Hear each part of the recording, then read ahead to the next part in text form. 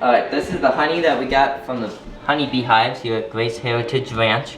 We got 2 boxes. And the boxes have these frames in them.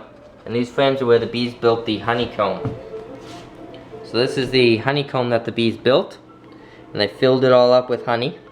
You can see here there's a couple cells that they didn't cap. But most of them, they filled it up with honey. And it completely finished and they put a wax capping over the top of it. So what we're going to show you is how we get honey from the comb, like this, into bottles. So first step is called uncapping, where we have to remove this waxed capping that the bees put over the top of the honey. So to do that, we use a tool called a honey uncapper, and it's got a bunch of little spikes on it. So what we'll do is we'll roll this over the waxed capping and pierce holes through all the little cells. So we'll set this down here and run this tool over the top.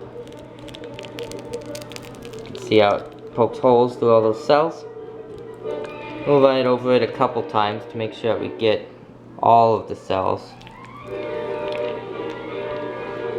And then I'll run it through this way because I want to make sure all the cells are uncapped and make sure even the ones on the edges of the comb are uncapped.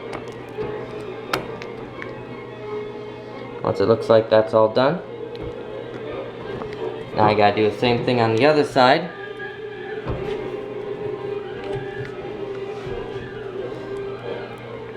Run the roller down it and up, and just pierce all those cells and get the wax capping opened up. Now I'll go through it this way.